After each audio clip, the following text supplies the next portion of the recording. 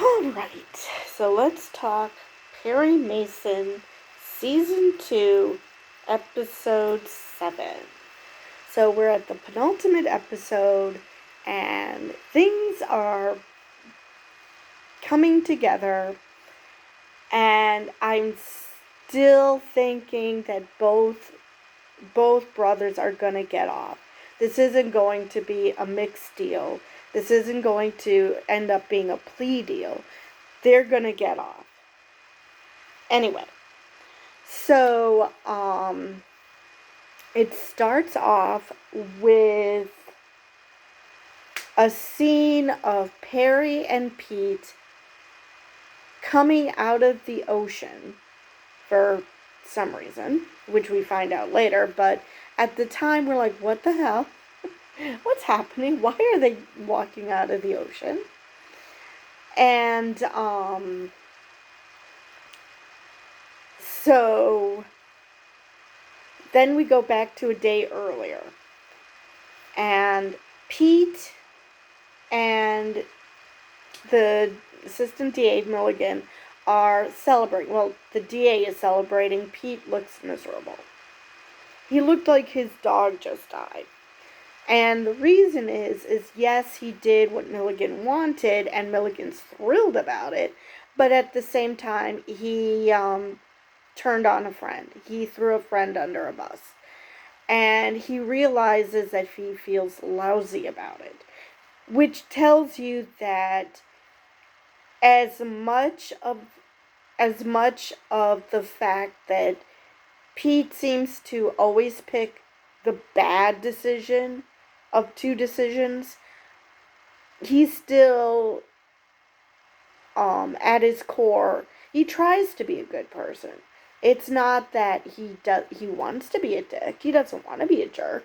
It's just he has this knack of picking the wrong thing and being petty. But anyway, so he decides to call Perry. Now at this point, Perry is packing up his things because he had just met with the judge, him, Milligan, and Ham. And you could see Ham was just willing Milligan to shut up. He was perfectly fine with just ending this case here and now. He wanted to get away, as far away from this case as possible. Now, we still don't know what the hell is going on with Ham, but obviously someone scared the crap out of him. I mean, we found out later, but we found out this episode. So, Milligan is completely clueless, which, I mean, obviously Ham can't tell him. Because I forgot to look up, I'm questioning, because they never mention illegality. Even in the reviews I've read, they've never mentioned illegality of homosexuality.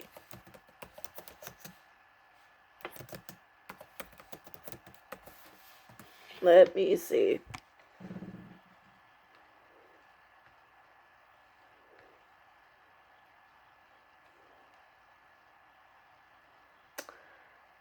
All right. Let's see. Let's see. When was it overturned? A short history of Sodom. This is gonna take forever.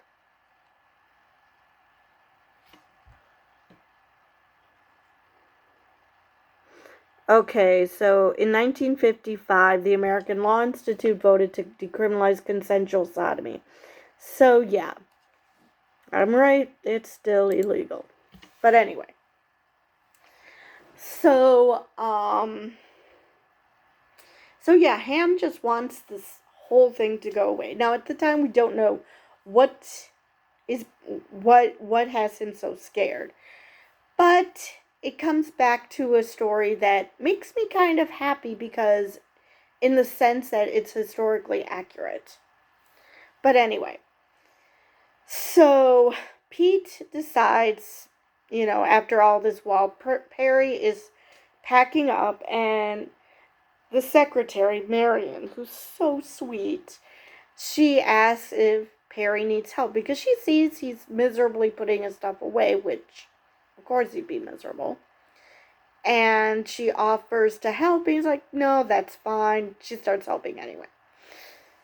Which Perry truly appreciated that, she actually gives a damn. So the phone rings, and Perry's like, I'm not here. I'm busy, and it's Pete on the other line. And she tells him, and then you see him going to this bridge to meet with Pete. And Pete starts talking about, making bad decisions, even though, and it makes him feel horrible and blah, blah, blah. And Perry figures out he's the one who broke into the safe.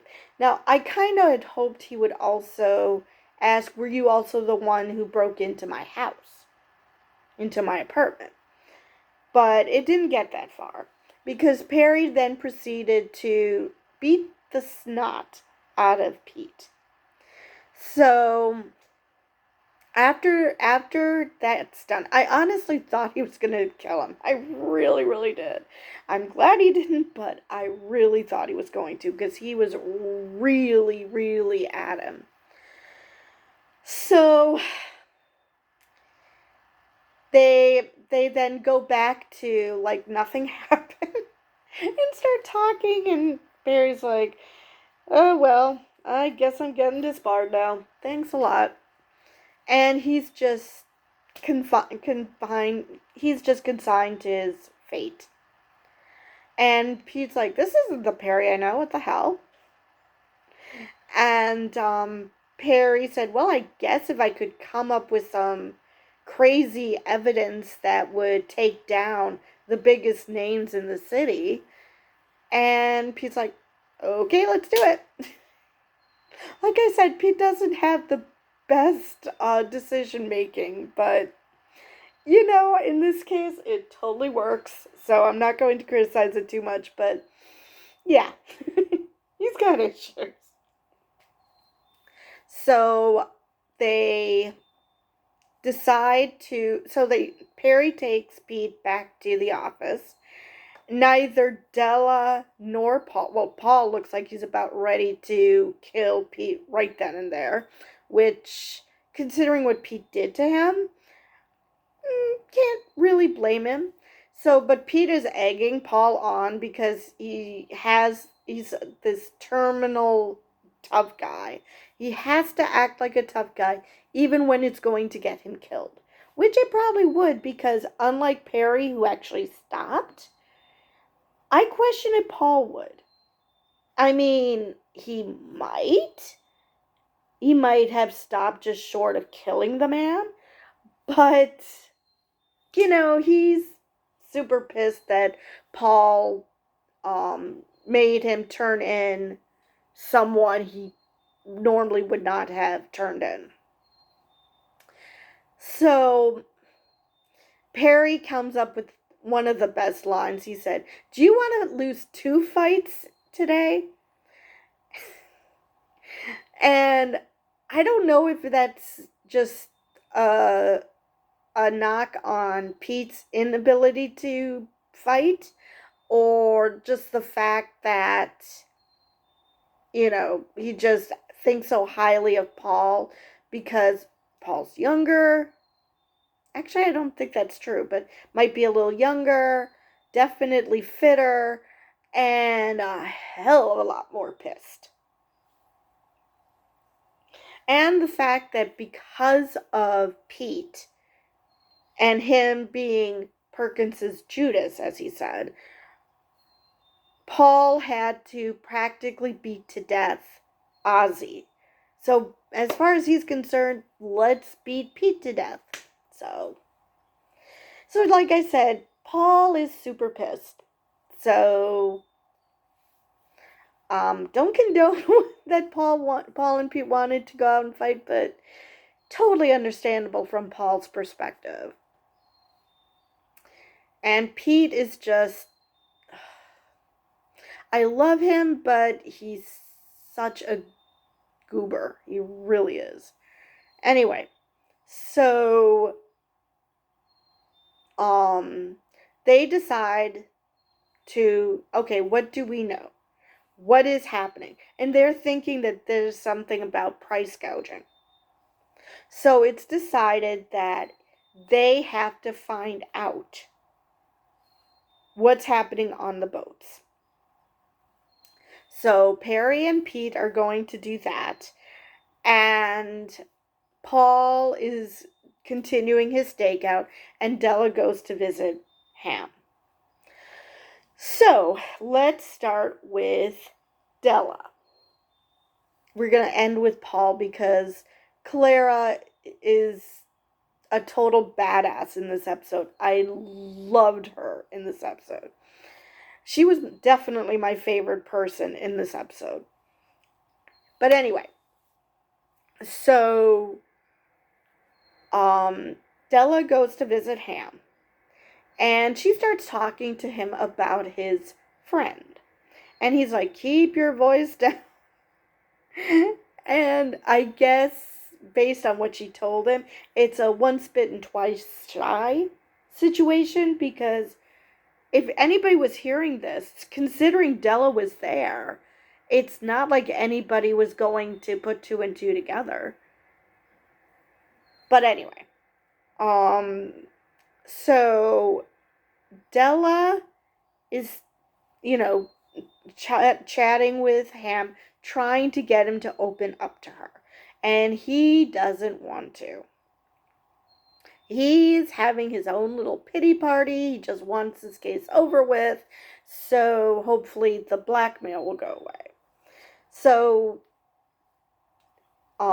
he's like, you're going to hate this. And he shows her the envelope with the pictures of him being intimate with a man. And he's like, I tried so hard to be careful. And you feel so bad for Ham in this moment. He's so defeated, doesn't know what to do because he just wants to live his life and he's not hurting anybody. And he's got this hanging over his head. And Della leaves. I think she took the pictures with her. I really do. Wait, she did hand it back to. I wonder if she's going to tell Perry what's happening, though. Because obviously Perry is perfectly cool with it. He even said in the first season he was queer just once. So, obviously, and he knows about Della. So, he's obviously doesn't have a problem with homosexuality. So, I really, really think that not only is Perry going to help the Gallardos, his clients, but he's going to end up helping Hamilton. Because Della even said, if we can find out who's blackmailing you, which, yeah, it's associated with the case, so you're going to figure that out very quickly. And, so she leaves, and like I said, I hope she tells Perry what the issue is. But Perry and Pete. Too many P's. Perry and Pete go to the docks, and Holcomb is already there looking at the ship through binoculars. And Pete decides to scare the ever-loving crap out of Holcomb, which he also scared the crap out of me, but...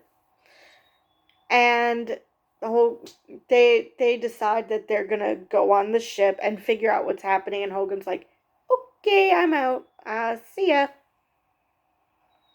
And he drives off. They still think it's a price gouging thing.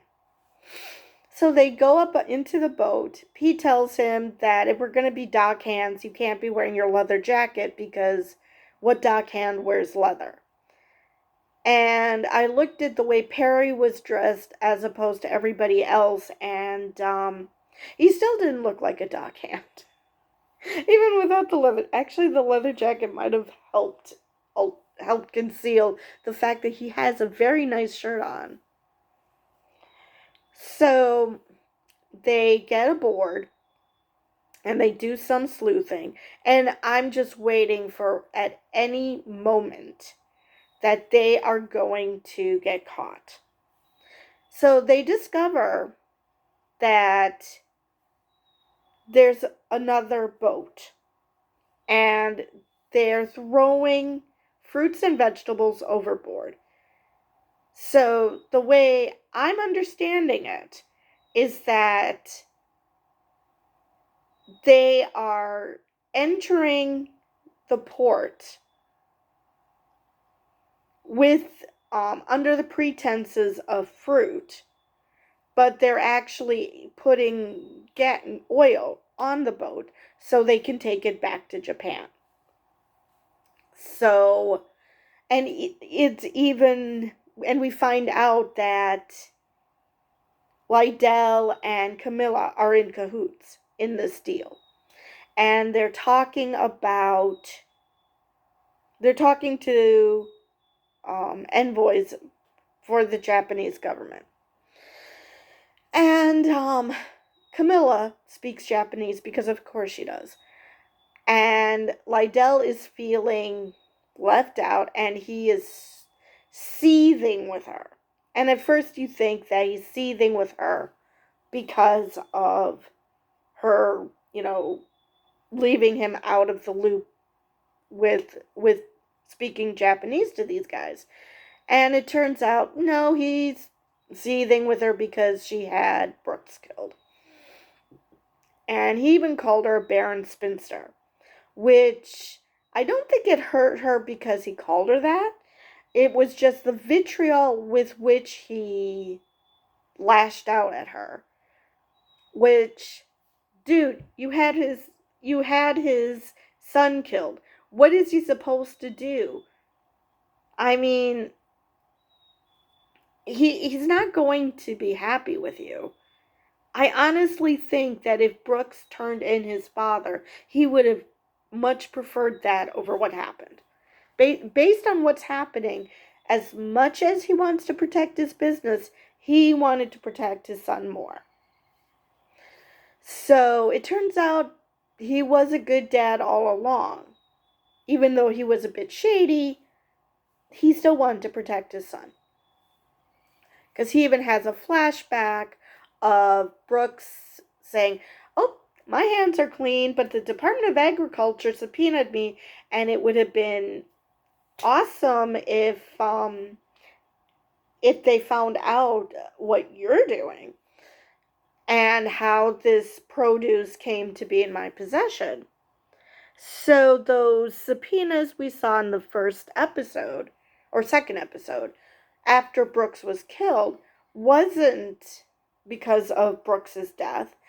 These were subpoenas by the Department of Agriculture looking into the McCutcheons. But they thought it was Brooks who was doing the evil deeds. Granted, he might have, he probably shouldn't have been reusing that soiled produce, but we've already established he's not the sharpest tool in the shed. However, he does seem like a decent guy.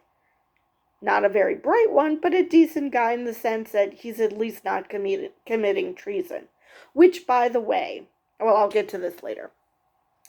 So, Pete and Perry want to go on a lifeboat, and I didn't catch what the problem with the lifeboat was. Oh, because it carries 40. And so it would have been pretty obvious if they went into the lifeboat. So Pete decides, well, I guess in that case we have to swim. I can still see the shore from the here. I'm thinking it'll take us about an hour to swim that. And Perry's like, you've got to be kidding me. Okay, let's do it. So that's why they were both so waterlogged. And why Perry looked so pissed. Because they swam to the shore. So I guess in that case, it's a good thing Perry didn't have his leather jacket. That might not have worked out well in the ocean. But anyway, so they go back to the office and they're trying to figure out, okay, what's happening? Why is this, why is Lydell doing this? And Marion, who reads the paper, figured, took the guess that maybe they're selling it to the Japanese military, which would be treason because there's an embargo, which I looked up, and that didn't happen. That also didn't happen till the 40s, just like Chavez Ravine, which is the stadium, the Dodger Stadium. So they're taking stuff from the 40s, even though they're in the 30s. But anyway, so they figured out that Lydell is committing treason because the embargo is there because Japan decided that they're going to that they have imperial aspirations, and they have their sights set on more countries than what they already have. So there's an embargo because of that. So Lydell is supplying them with oil. Now, that actually did happen. That was actually the reason why Japan bombed Pearl Harbor. So, like I said, we are talking a decade later that this stuff is happening. But anyway. So they figured out that that's what's happening. Now, so then Perry goes and decides to confront Lydell. He confronts Lydell, and before that happens, let me go to the badass of the episode, Clara. So even though Clara is still pissed off at Paul with the way he's been acting, and Paul did kind of open up a bit more in the car, which this whole scene was cute. She gives him a thermos and something to eat, and you can see that Paul is dead on his feet. Well, about as dead on his feet as he can be for being in a car. And so she gets in the car, and she's talking to him. He's explaining how he's scared because of what's happening. He still hasn't told her about what happened to Ozzy, which I wish he would, but I guess a stakeout is not the time and place for that. But at least he's starting to open up a bit more to her. And Clara's like, you're sleepy. You go to bed. All I'm doing is watching and writing. I can do that. That's fine. Nothing bad's going to happen to me. And if it does, don't worry. I'll let you know. So yeah. And apparently she's always been sassy. They talk about the first time they met, and she wasn't going to let the fact that he's a cop stop her from having fun. And it was just the cutest scene. So they finally find the car, and Paul had just woken up, and Clara sees the car. They follow the car, and of course it's in a wealthy white suburb. So Paul was going to go to the house, and she's like, you can't go in there, but I can. And she decides that she's going to use a cover story of her being a maid looking for work. And he's like, but we need a name. So he ditched that idea and made her Jehovah's Witness instead, which, cringe. I actually liked her idea of I'm a maid looking for work because, of course, she's got to get a name. I mean, how else is she going to How else is this going to work? So, I mean, it's not slavery anymore. It's not master and mistress anymore. At least I don't think it is. So, obviously, she's going to get a name that way. So, yeah. This is a case of Clara being a lot smarter than Paul. So, Clara goes, and you can tell she's visibly nervous, which you can't blame her. She doesn't know what she's getting herself into. And you hear this noise when she knocks on the door. And she walks in, and the reason she's making the noise that she was is because she's ODing. And I honestly thought immediately Clara was going to find a phone and call the ambulance or something. Because, she's not doing anything wrong. Of course, she is black, so that might have prevented that. Just the assumption that, oh, she must have done something. So maybe that's why she didn't. Or maybe she just didn't have time when the husband comes home. Now, Fipsy has been ornery all day, and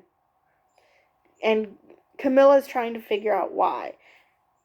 And between that and this, I think Fipsy's going to give Mason some help. Because I think he's just totally fed up with Camilla at this point. So, Fipsy comes home. He finds Constance, and he's basically, oh no, not again. How many times has this woman OD'd? And how is it that she's still allowed to get heroin? What the hell? Oh my God. 1930s and their insistence that being addicted to drugs is a personal failing. Oh my Lord. Anyway, so he calls the ambulance, and while he's doing that, Clara sneaks out. But not before she grabs a piece of mail that's lying on the floor. So they now have a name. And so, like I said, between what Perry and Pete found out, and Perry, like I said, he confronted Lydell. Lydell said that he's not, yes, Brooks did threaten to tell them what's happening at the Department of Agriculture, but he didn't want him dead. Camilla did. Now, he didn't say that, but we go from him talking to Perry to a shot of Camilla. Now, speaking of the Department of Agriculture, Ham mentioned to Della that the feds would get involved, and Della's like, why? So she must have found out at some point, because she goes to the Department of Agriculture and she wants to look up the case where Brooks was subpoenaed. Because Brooks was killed and Goldstein was killed. So, obviously, there's something there. And Della wants to know what. Now, the guy who was helping her seemed like he wasn't thrilled about looking for the case files, but he was willing to do it. And then a man comes up and says, yeah, he had an emergency and you need to leave. Now, he looked like the exact same guy who goes to see Camilla with the pictures of Della at the parking garage. So, Camilla had earlier suggested to Fipsy that they should hire Della. I'm going to say she's not thinking that anymore. So, she just keeps playing the piano.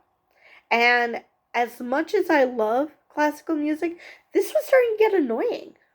This was seriously get annoying with her just playing the piano like there's no care in the world. And it was just rather annoying. And I really wonder how they're going to clear this up, because I really think Perry is going to not just close the case, not just bring down Lydell and Camilla, but also help Ham. Make I don't know, it should be easy to make the blackmail disappear. Just burn the damn photos. Burn the damn photos, find the negatives, burn those, and you're fine.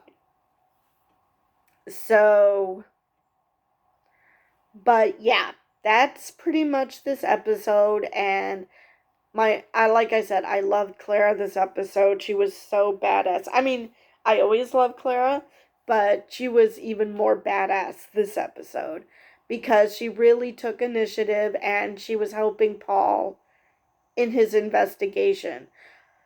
And probably doing a better job than Paul would, which is sad, but because Paul's supposed to be the professional here. But let me think if there's anything else I'm missing in this episode. I did like that, because it's the penultimate episode, that they stuck with the case, and I just remembered what I forgot. Mateo and Rafa. So Mateo meets with his aunt, and she's like, "Where's Rafa?" "Oh, he's not taking visitors right now." Which basically is that because he's in solitary. And it turns out Rafa was accepted into art school. So it's just a matter of, is Mateo going to tell Rafa? Rafa comes back. Well, actually, he's helped back because he's all messed up in the face. He's got all sorts of bruising, and he seemed really out of it. So I don't know if he was actually in solitary or if they just spent the entire time beating the crap out of him. Because the last trial, it didn't look like he was that beaten. But now he looks horrible. So Mateo sees what a bad situation Rafa is in. And he looks at the art school letter and crumples it, which I thought that this was the time he was going to give Rafa the letter to try to, help him out, because he's obviously in a bad way. This would probably help him come back because he seemed completely out of it. But he didn't. It looked like he was crumpling it. And so now I'm wondering if he's going to tell Rafa about it. And, but I think he is ultimately going to, not because he's going to take the fall for something Rafa did or whatever.